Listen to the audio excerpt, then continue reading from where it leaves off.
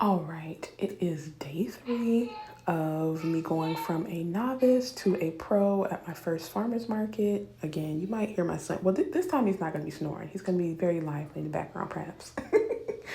But today is all about mixing spices. I finally got the last of my spices in, and I was excited because I would be working in bigger batches, and I'm putting to the test all of my math that I did on Sunday today. I must say it worked out pretty well. I did taste some of the spice mixes that I was mixing today, and everything still tastes the same. I'm still, on the fence about how much salt to add. So while I'm mixing everything today, I did not add any salt. Honestly, one of the mixes that I have does not require salt because it has soy sauce powder, and that gives it enough of a salty, umami flavor that a spice mix I think needs. Anyway, the 3 spices we mixed today: a strawberry spice mix, which is, I got the recipe from Khalees the singer. It's like this really obscure Pinterest post, and I was really interested in it. I tasted it. It was freaking amazing.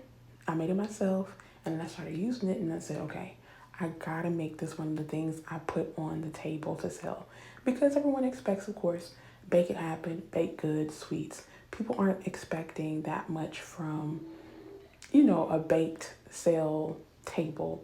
They don't expect spices, and I'm gonna offer spices, 3 of them to be exact.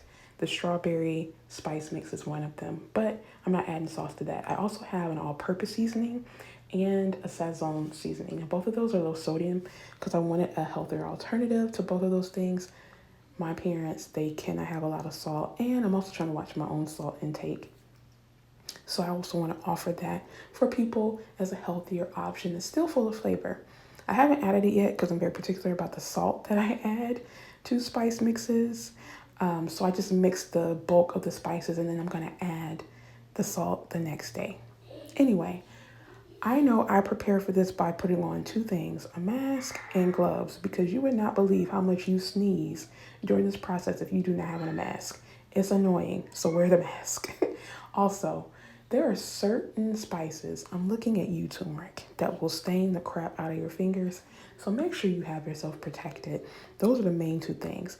And as I was mixing some of this stuff, I realized how good the quality was, and how I want to say safe the spices were, because some of them were clumped. That means they don't have the anti-clumping agents that you would find in anything from cheese to spices. So I just took some time, just tried to break it up as best as I could, and then make sure I mix. I did have a whisk to kind of break it up even more, but I wanted to make sure I got every single drop. I'm scraping the sides down because it does get stuck to the sides. And between every batch, I also make sure I thoroughly wash the bowls as to not get the flavor of one spice mixed into another. All in all, I would say it was a successful day. I even used some of the all-purpose seasoning to make one of the soups that I made later on that day.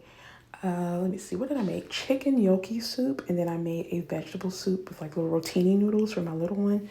So we ate very good today. I felt very accomplished, still a little behind schedule, but that's okay because I make the schedule, I can adjust the schedule. I'm very proud of myself, and I don't know how this is going to come together, but it will. Thanks for watching.